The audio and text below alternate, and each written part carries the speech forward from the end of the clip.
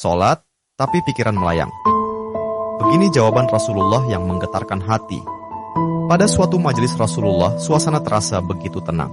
Para sahabat duduk melingkar menyimak setiap perkataan beliau dengan penuh perhatian.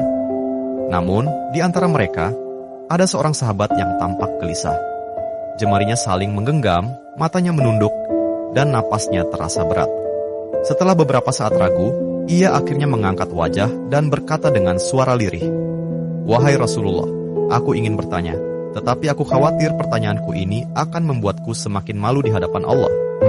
Rasulullah pun tersenyum lembut, menatapnya penuh kasih sayang. "Katakanlah, wahai saudaraku, tidak ada pertanyaan yang membuat seseorang hina jika ia bertanya untuk mencari kebaikan." Sahabat itu menarik napas dalam, matanya mulai berkaca-kaca. "Wahai Rasulullah, aku merasa salatku sering tidak khusyuk.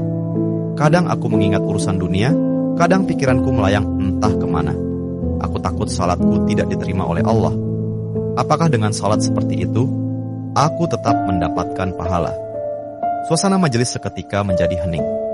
Para sahabat lainnya ikut menunduk, merasakan kegelisahan yang sama. Mereka tahu betapa beratnya pertanyaan itu.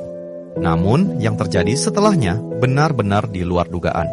Rasulullah tidak langsung menjawab. Beliau menatap sahabat itu dengan penuh kelembutan. Lalu tiba-tiba air mata mulai membasahi pipi beliau. Para sahabat terkejut. Mereka jarang melihat Rasulullah menangis dalam situasi seperti ini. Dengan suara bergetar, beliau berkata, "Demi zat yang jiwaku berada di tangannya, sungguh setan tidak akan pernah berhenti berusaha mencuri bagian dari sholat seorang hamba hingga ia teralihkan. Tetapi ketahuilah, Allah tetap melihat usahamu." Rasulullah menarik napas dalam, lalu melanjutkan, "Wahai saudaraku, jika engkau meninggalkan salat hanya karena takut tidak khusyuk, maka setan akan menang.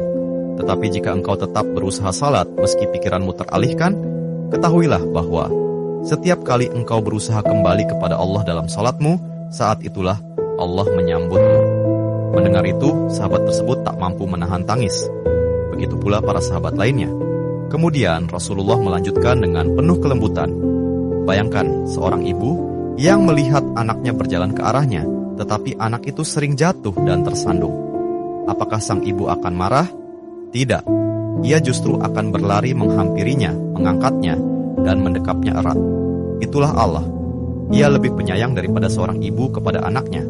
Selama engkau terus kembali, Allah akan selalu menerimamu. Air mata mengalir di pipi sahabat itu. Kata-kata Rasulullah begitu menusuk hatinya. Sejak hari itu, ia tidak lagi putus asa dalam sholatnya. Ia tetap berusaha khusyuk, dan setiap kali pikirannya melayang, ia mengingat nasihat Rasulullah.